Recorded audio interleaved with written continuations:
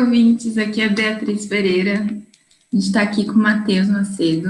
Ele está representando vocês dessa vez. Ele é a nossa escutativa. A gente está representando vocês que não leram o livro, não sabem do que eu vou falar direito.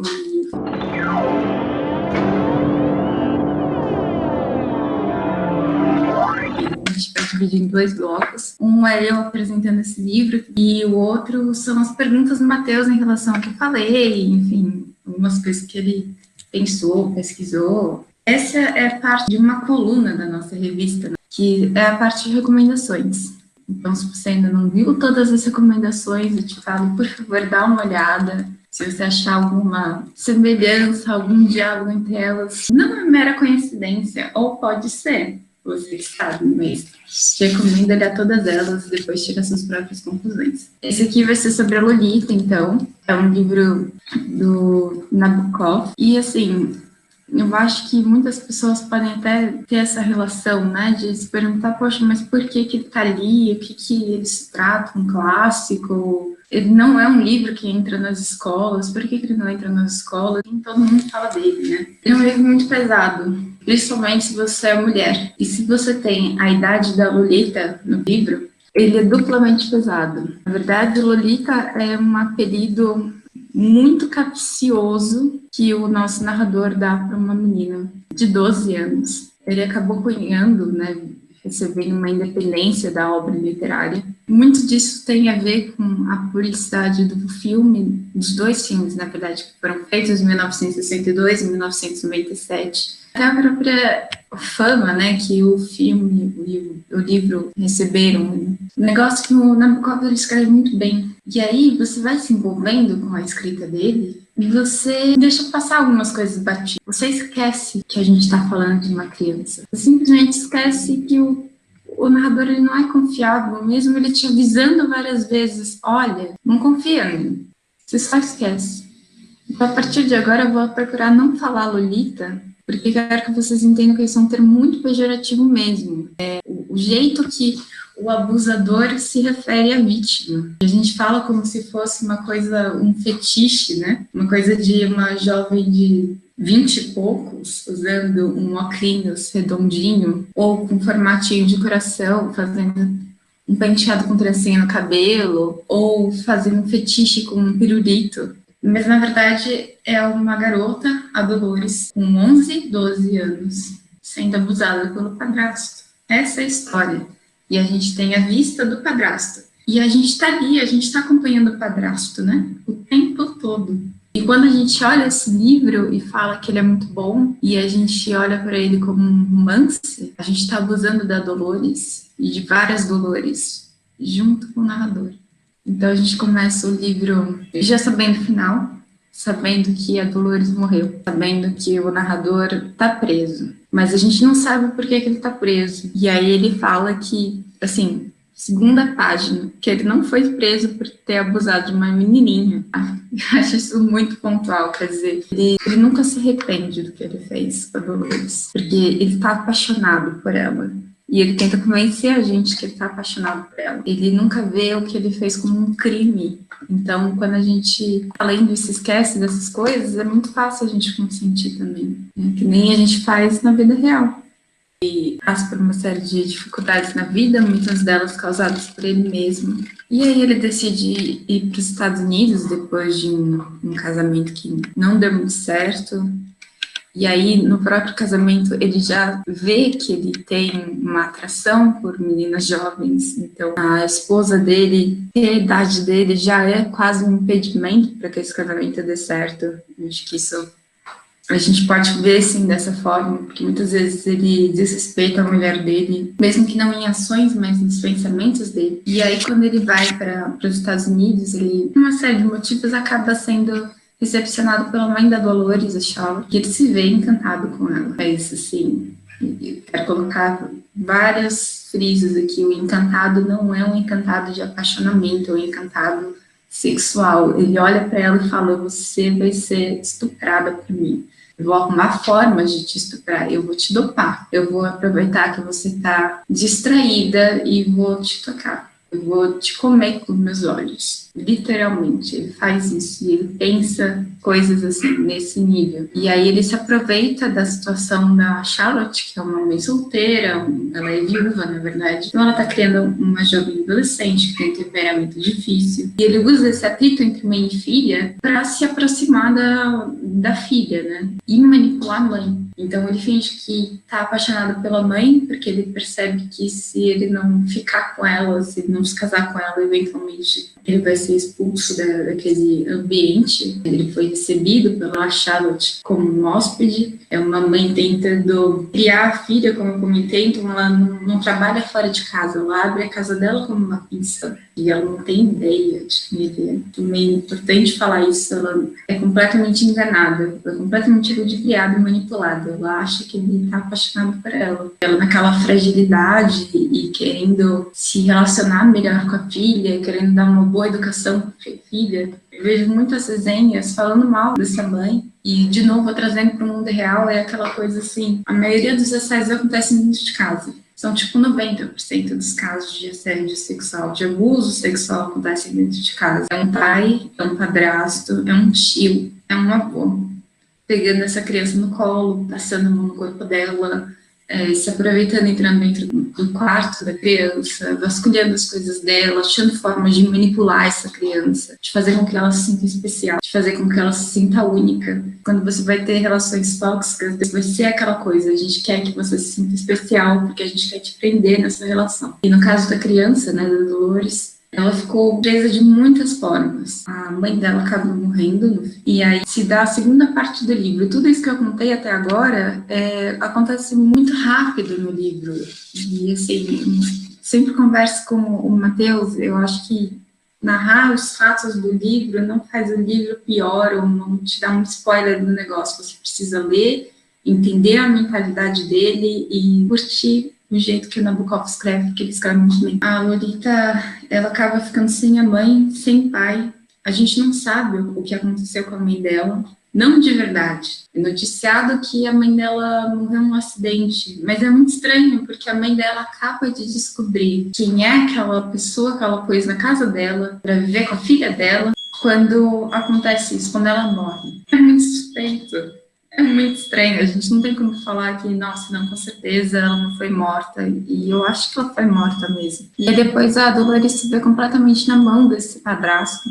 Ela não tem educação, ela não tem dinheiro, ela não tem pais, ela não tem uma família estruturada, ela não tem tios para onde correr. Essa situação de abuso fica vivendo assim por muitos anos, muitos, muitos anos. Ela não tem escapatória. No final a gente sabe que ela foge. E tem um momento que a Lolita, ela foge, a gente não sabe como, e aí ela fica sem dinheiro e acaba precisando contactar o padrasto dela. E aí a gente pensa quão desesperada ela tá. Ela já é uma mulher, não é mais a criança que ela fora. Ela tá grávida, tá num lugar, assim, com condições deploráveis. Ela casou, mas o marido dela não tem a menor condição, eles são muito pobres, então ela tá realmente com medo do que vai acontecer com essa criança. E aí ela tenta, assim, da melhor forma possível, não ser encontrada quando ela envia essa carta, mas ele acaba encontrando com ela. E o pensamento mais doentio que vem na cabeça dele é, nossa, ela ainda pode ser a minha Lolita, ela ainda pode ser a minha ninfeta. E depois ele fica imaginando o que seria se esse filho fosse dela. E se ela tiver uma filha? E se essa filha for parecida com ela? E aí ele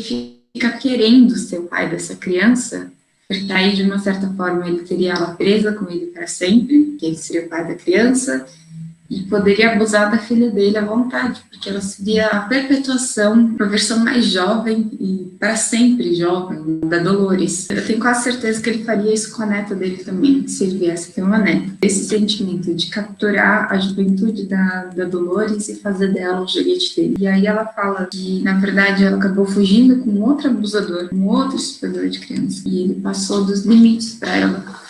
Ele falou que para que ela ficasse com ele, ela teria que aceitar algumas coisas, como ser compartilhada e ser gravada. Ela fugiu, ela não queria participar desse péssimo de filme pornô, até porque ela ainda tem 13 anos, é importante falar essas coisas. Ela era completamente apaixonada por ele, né? Então foi uma desilusão. E ela fala, eu consigo perdoar esse segundo homem, porque ele só quebrou meu coração. Mas você eu não consigo perdoar, você quebrou minha vida. Você arruinou a minha vida. E aí, assim, segundos antes, a gente já sabe que ele estava pensando pra filha, né? A gente não sabe se vai ser uma filha ou não. Agora, trazendo algumas informações sobre Nabokov, e quando ele foi para publicar esse livro, ele teve muita dificuldade em publicar em editoras, assim, de respeito da época. Eles não estavam aceitando e dizendo que o livro era muito erótico, que tinha um teor, assim, que não era aceitável.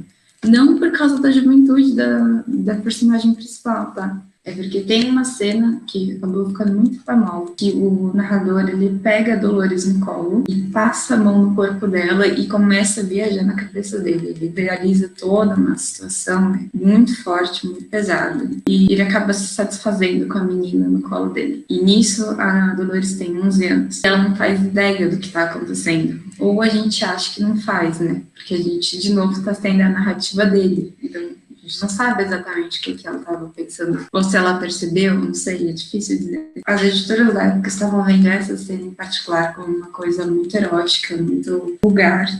E ele acabou publicando uma revista que, na verdade, publica romances e contos eróticos. Eu acho que já começa daí, sabe? Ele é bem relevante, ele precisou ser lido, ele precisou ser discutido. Até porque a gente normaliza muito das coisas que estão ali. Mas quando ele é publicado num lugar que aceita romances e contos eróticos, a gente começa errado. E já reflete que aquela sociedade, aquele editor estava lendo, quando ele concordou com aquilo, e como isso se perpetuou, né? Depois a gente tem os filmes, né, como comentei, a dificuldade que os filmes têm de pegar uma criança. Eles pegam jovens, já tem essa aparência de adolescência. E não tô falando que tá errado, porque eu não sei se eu, com 11 anos, teria emocional para participar de um filme desse, ou que, sei lá, se fosse mãe, eu deixaria minha criança participar de um filme desse. Mas quando a gente vê no filme uma jovem parecendo provocativa, porque o livro inteiro e até mesmo o filme dá essa margem de leitura. Parece que a Dolores, por ter uma curiosidade com o corpo dela, porque ela está nesse período de transição, o corpo dela está mudando sim, por ela ter tido vivências sexuais, mesmo que muito rasas, né, de acordo com a idade dela, com crianças da idade dela, como se isso justificasse ser abusada pelo padrasto, como se existia essa sexualidade na criança, já fizesse dela vulgar. E não só vulgar, né? Fizesse dela culpada. Então, a gente tem que repensar muito esses lugares. A gente não pode ver essas fotos dos filmes ou se deixar levar pela trilha sonora do Ennio Morricone de 97, que é muito bem feita, e falar, nossa, é um romance, ai que lindo. E não é. Até hoje a gente tem essa dualidade nos casos de abuso. Quando é uma criança com 6 anos, sendo abusada dentro de casa, a gente entende que ela é uma vítima. A gente entende aquela criança. Quando é uma criança de 10 anos, grávida, sendo abusada desde sei lá quando e querendo fazer um aborto, a gente fala, não, tá errado, porque o aborto tá errado. A gente não fala que o estupro tá errado. Se a criança tem 13 anos e, sei lá, tá num calor, que nem o que a gente tem aqui no Brasil, ela tá de short, tá de regata, porque tá calor, ela já sabe o que ela tá fazendo, ela tá provocando. Mas se é um homem de 25 anos fazendo qualquer atrocidade dessa, a gente fala que tá tudo bem, que ele não sabia o que ele tava fazendo, que esse tipo de discussão que o Lolita traz, que a gente tem que trazer e continuar discutindo. Por que o Lolita é um clássico? Por que o Lolita é tão difícil de ler? Porque ele não é uma história de amor, porque a gente continua lendo ele como uma história de amor, como um romance, como uma coisa não correspondida. Algumas pessoas nem ele como um caso, tipo um relacionamento tóxico. Não é só um relacionamento tóxico, não é só isso. É um caso de estupro. É um estupro que dura anos. É um inferno na vida das crianças. E aí depois, ela não consegue continuar estudando. Ela fala, é uma criança inteligente, ela é uma criança curiosa, ela vai perdendo a vontade de viver. Ela procura outros adultos para ver se alguém ajuda ela. Ela deixa marcas no corpo do nosso narrador, ela deixa ele arranhado, ela deixa ele roxo. Ela mesma vai ficando abatida, vai ficando magra, ela tenta juntar dinheiro, sabe? Ela tenta todas as formas possíveis no alcance dela de tentar sair daquela situação. Ela tenta barganhar com ele para ter chance de sair, de se relacionar com outras pessoas, de tentar fugir. E muitas vezes é visto como a Dolores é interesseira, ela está tentando ganhar mais coisas, ela troca o corpo dela por comida, ela troca o corpo dela por roupas. Nossa, que fútil. Não é isso. Ela não é uma prostituta, ela não está nessa posição. Ela está ali porque ela não tem outra opção, é justamente isso. E assim, espero que eu acabei levantando isso, será que as crianças, principalmente, que estão em casos de prostituição, elas têm outra opção? Será que elas estão em posição para questionar isso? Enfim, são esse tipo de coisa que esse livro continua trazendo para a gente. É importante falar também que a gente, aqui no Brasil, não tem dados precisos da quantidade de estupros que acontecem, principalmente por isso, porque eles acontecem dentro de casa, especialmente com crianças e adolescentes, a gente não sabe mesmo. E já tem toda essa história de culpabilização, e é quase uma coisa hereditária, né? Porque se você tem uma mãe que sofreu de abuso do pai, e você sabe disso, e você vê essa história se repetindo e acontecendo, você acaba aceitando como uma coisa normal da dinâmica da sua família. Tem dificuldade de sair dessa dinâmica. Então, muitas vezes, esses casos não são nem relatados, seja também por não querer passar por uma série de perguntas, né? O que você estava usando? O que você fez? O que você falou? Então, é bem complicado, assim. A gente tem que repensar como essas coisas estão acontecendo. E mesmo sem ter esses dados, para a gente poder falar, assim, com firmeza, com certeza, na verdade, da real dimensão das coisas, a gente pode ter certeza absoluta que durante a quarentena aumentou. E se antes a gente já tinha essa dificuldade de sair, enfim, pedir ajuda, agora é muito menos. A delegacia da mulher parece que ficou a 1.000 quilômetros de distância. Uma ligação nem sempre é uma coisa simples, particular, principalmente se você mora numa casa muito vigiada, né? Que é o caso, por exemplo, da própria Dolores. E com certeza é um caso, sei lá quantas crianças por aí. E não só Dolores, né? Pode ser que tenha muitos homens também, muitos meninos passando por situações assim. E aí tem aquele constrangimento extra, né? Porque muitas vezes o abusador do menino é um homem também. Então fica aquela questão, qual é a minha sexualidade, isso que me faz gay, hétero, bi, o que seja. Até de repente uma questão de questionar o próprio gênero, né? Identidade de gênero e tudo mais. Nem vou entrar muito nessa questão de identidade de gênero, porque senão a gente vai embora falando casos de pessoas trans que sofrem abuso ou de pessoas que têm uma outra sexualidade que não seja hétero, que sofrem por abusos coletivos, né? Eu vou deixar aqui só essa questão do abuso infantil e como a gente cala essas crianças e como a gente duvida dessas crianças e como muitos pais têm dificuldade de ouvir as suas crianças e perceber os sinais, essas coisas de apatia, de realmente assim não queria, a Dolores não queria ver. Ela mostra várias vezes isso, sinais de depressão na criança ou mudanças muito bruscas na personalidade dela. Se ela era muito extrovertida, de repente ela fica introvertida. Se ela, o que ela desenha, que cores ela desenha, que cores ela vê o mundo dela. Tem vários sinais aí que a gente tem que ficar atento. E sempre se questionar, né? Por que isso está sendo visto? Por que isso está sendo falado? Que mensagem essa obra de arte, a literária, o musical, seja lá qual for, ela está querendo passar para a gente? E por que ela permaneceu até hoje? O que tem de atual nisso? Eu não li o livro, né? Mas eu fiquei pensando muitas coisas assim que você falou. Vou dizer a dualidade porque é a mesma realidade, né? Mas essa coisa entre o que está no livro, né? E a nossa impressão hoje, né? Século XXI em relação a tudo isso. Uma coisa que me chamou muita atenção, e é uma pergunta isso, quando você fala do narrador, de que o narrador não é confiável, eu fiquei com essa dúvida se o narrador é o padrasto, né? Ele é o padrasto. Então, tendo essa questão que o narrador é o padrasto, que pensando que talvez é possível, talvez, que essa seja uma questão provocativa para a gente, uma questão dessa normalização, né? A gente normalizar esse ato e a gente se deparar com uma normalização tão extrema a esse ponto de toda essa ação, ao ponto de que a gente não consiga nem ouvir o que essa criança realmente está pensando, a gente não consegue ouvir isso, e aí essa pode ser uma coisa que aconteça durante o livro, de se questionar realmente o que ela está pensando dessa questão entre o que ele fala, né? O que ele fala que ela que ele acha que ela sente, eu não sei se isso acontece, mas presumindo que isso aconteça. E essa talvez seja uma questão emblemática no livro, entre essa relação de camadas, né? O leitor se embarca com uma realidade que a gente pode muito bem chamar de normal, né? Justamente pela justificativa que você disse, por ser uma coisa que acontece muito, e ao mesmo tempo a gente não conseguir chegar nessa criança. Eu não sei se isso foi uma pergunta de verdade, se isso joguei um monte de coisa, mas eu deixo aqui assim. Não, mas é isso mesmo, assim, eu acho que essa é uma das maiores questões dos livros, porque, assim, eu esqueci de comentar isso,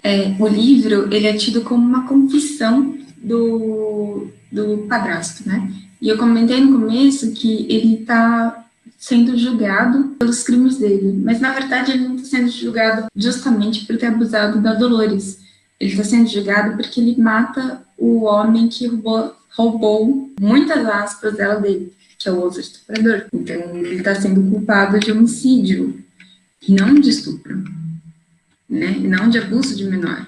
Então, assim, daí a gente já começa a fica com uma pulga atrás da orelha. Eu acho que é isso, né? Esse livro, ele deixa essa pulga atrás da orelha. Não sou eu dizendo que ele não é confiável.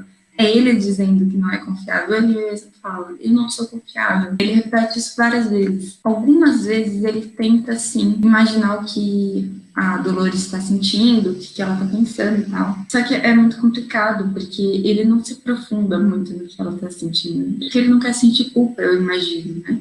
Ele não quer se deparar com essa monstruosidade que tem dentro dele, e ele mesmo sabe que ele é culpado, assim. Ele não se arrepende, ele não entende que ele está fazendo um crime, mas ele sabe que é errado. Ele, como homem de meia idade, está indo e se interessando por crianças de 10, 12 anos, naquela fase entre... É pré-adolescência, né, que a gente chama. Esse é o nicho que ele está querendo carregar, assim. Porque tem alguns momentos que ele olha outras crianças, por exemplo, ele leva a Dolores para a escola. Ele olha as outras menininhas e ele já está olhando, imaginando interesses nelas. E ele classifica essas crianças como inocentes e ninfetas. E ninfetas seriam como se elas tivessem algum tipo de marca demoníaca, como uma ninfa que responsabilizaria elas. Na verdade, é o que está chamando a atenção dele, o fetiche dele, né? Mas sim, é uma ideia de responsabilizar a vítima. Então a gente nunca sabe exatamente quão destroçada a Dolores está, até ter esse encontro que ela tem, que ela fala, olha, eu não consigo te perdoar porque você estragou a minha vida. A gente tem um vislumbre. Mas mesmo as ações que eu falei, por exemplo, de ele ficar arranhado, de ela procurar outros adultos, tal, não sei o quê, você tem que se esforçar, é uma leitura ativa para você procurar nisso detalhes que mostram que ela não está confortável com a situação, que ela está tentando fugir da situação. Porque, de outro lado, seriam situações tipo, nossa, coitado dele. Ele está tendo que lidar com uma histeria de uma adolescente. Isso é uma leitura possível, sim, Matheus. É isso, né? O Nabokov, ele provoca o que é naturalizado e o que é normalizado. Você tem que ler esse livro se questionando o tempo todo o que está naturalizando para você. Uma outra questão que eu fiquei pensando, né, pensando nessa normalização, me vem a própria questão, e eu quero saber o que você acha sobre isso, né, sobre essa normalização, desse ponto de vista que você mesmo levantou, sobre a publicação. E eu fiquei um pouco espantado de como essa editora trabalhava, né, que era uma editora de romances e contos eróticos, né, e isso ser classificado nesse lugar. Né? É um livro que foi classificado nesse lugar. E qual é a sua visão, mais ou menos, dentro do que você pesquisou e mesmo lendo o livro, assim, né? O que você vê com esse significado que pode parecer tão simples, mas ao mesmo tempo é tão, não sei, é tanta coisa, ser classificado nesse lugar, né? Quase como se isso... Eu vi isso e eu pensei, tipo, eu veria esse livro nesse lugar da biblioteca, sabe? Me veio isso. Ótima pergunta. É difícil, Matheus, porque ele é considerado, né? O gênero dele é considerado como romance. Mas até aí, a gente pode entender o romance como uma coisa mais ampla. Ele não precisa ser necessariamente romance romântico. Ele pode ser um romance no sentido da estrutura, né, da forma dele, por ser ficcional, né? É uma ficção apontando problemas da não ficção. A gente não pode se deixar enganar pelos nomes das coisas. querendo ou não, é isso, entender que existe uma diferenciação entre o romance romântico e o romance quanto forma literária. O livro foi chamado de um experimento entre combinar romance erótico com um instrutivo romance de costumes. Dói quando você está lendo e fica pensando, nossa, tem gente dessa forma, dói, porque isso não é um romance erótico. Não tem como ser um romance erótico. Ele acaba entrando nesse lugar de romance pelo que eu falei, né, de estrutura, né, do gênero. É isso, eu acho que quanto mais a gente falar e quanto mais a gente parar de usar esse tipo de termo, lolita, ninfomaníaca, isso aqui, e parar de ter essa cultura de estupro, né?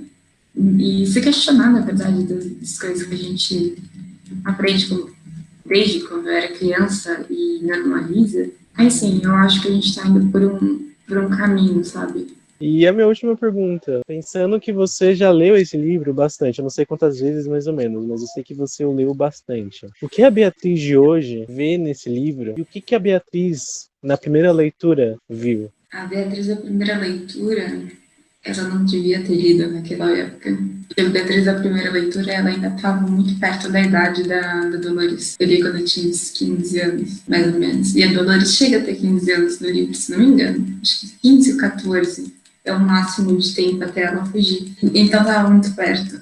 E querendo ou não, é que nem aquela hashtag que circulou por uns anos, acho que em 2018, hashtag meu primeiro abuso.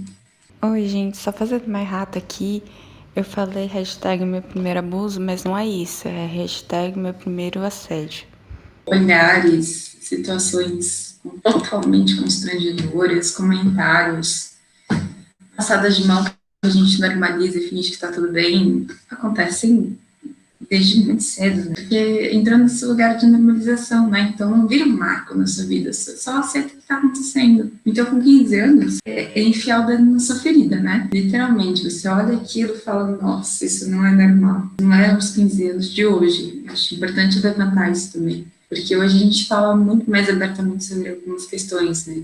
A gente tem pelo menos uma ideia do que é o machismo, do que é a cultura de estupro, do que é o feminismo. Mesmo que você não seja um super leitor, né, não tenha aquele super conhecimento, mas você tem uma ideia do que estaria, do que você pode questionar. E naquela época ainda estava muito incipiente, assim, ainda era um grande tabu você questionar esse tipo de coisa, sabe? Moças que podem estar me ouvindo, né, de 15 anos. Se você sente que você tem estômago para isso, leia.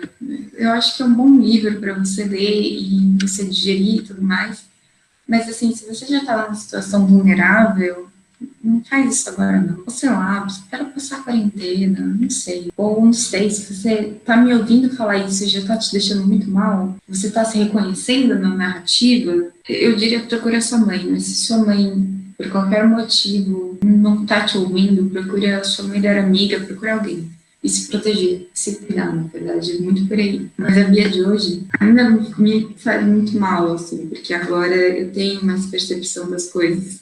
Então, tem algumas coisas que até quando eu li pela primeira vez, meio que passaram batido, e eu quase me peguei torcendo para que a Dolores ficasse com o narrador no final, sabe? Assim, tipo, no meio do livro, eu falei, nossa, espero que dê tudo certo pro narrador. Eu paro, não, ei, eu tô torcendo para ele. A Bia, dos 24 anos, nem se pegou nessa armadilha, já falou, nossa, não, tem alguma coisa aqui que me fez chegar nisso. Então, vamos prestar atenção no que é isso, até para me desconstruir, né? Porque, na real, a gente está sempre se desconstruindo com essas coisas. Nunca vai chegar no ideal, né? Então, acho que mais por aí, assim, aquela reflexão das coisas que eu já passei, das coisas que agora a gente está passando, né? Eu tenho uma situação muito privilegiada de estar numa casa segura, num lar seguro e tudo mais, esse tipo de questão onde eu estou morando, né? Mas, assim, poxa, como é que eu chego nessas pessoas que estão passando por isso? Como é que eu ajudo essas pessoas? Que tipo de apoio a gente pode dar, né? Eu não tenho resposta para isso. O livro, ele deixa muito claro que o narrador sabe o que ele está fazendo. Mas eu fico pensando, putz, será que é o caso de todo assediador? Será que ele também se engana falando que ele só está apaixonado, mas ele não tem mais esse tipo de trigo, esse filtro, falando, talvez seja o caso da gente até não só dar apoio para a vítima, mas tentar de alguma forma até chegar nesses homens antes deles fazerem alguma coisa, Não sei, Matheus, é complicado, assim. Então, a gente terminou aqui o segundo bloco. Queria agradecer para todo mundo que chegou até aqui. Peço desculpas se esse vídeo, né, se essa audição, de alguma forma, acabou servindo de gatilho para alguma situação ruim. Enfim, não é a intenção que vocês se sintam mal, mas é a intenção que vocês tenham esse momento de reflexão e que traga esse tipo de conversa, esse tipo de questionamento para a vida de vocês e para as pessoas ao redor. De repente, até indicar o livro para outras pessoas, te falar que esse livro super vale a pena você dar uma lida, assim. Porque o filme, como eu comentei, ele não faz jus à escrita do Nabokov. Nossa, mas ele vai me fazer mal. Putz, pode ser que sim. Não vou mentir, pode ser que sim. Ele é um livro curtinho, mas pode ser que você fique mal durante a leitura. Então é isso, né? Escolhe um momento que você se sinta mais estruturado emocionalmente para passar por essa experiência. Mas não deixe de passar por essa experiência, não deixe de se questionar, de falar dos assuntos que doem. E sempre que você sentir necessidade de conversar com alguém, se você quiser simplesmente se conhecer melhor como ser humano, se desconstruir de alguma forma, não existe em procurar terapia também.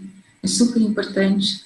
Você não é uma pessoa insana, você não está fora do seu juízo perfeito, você simplesmente está procurando se cuidar. E se cuidar da sua saúde mental é tão válido quanto cuidar da sua saúde física. É a mesma coisa, na verdade. Uma coisa influencia na outra, então não hesite em procurar ajuda. É isso, gente. Muita força.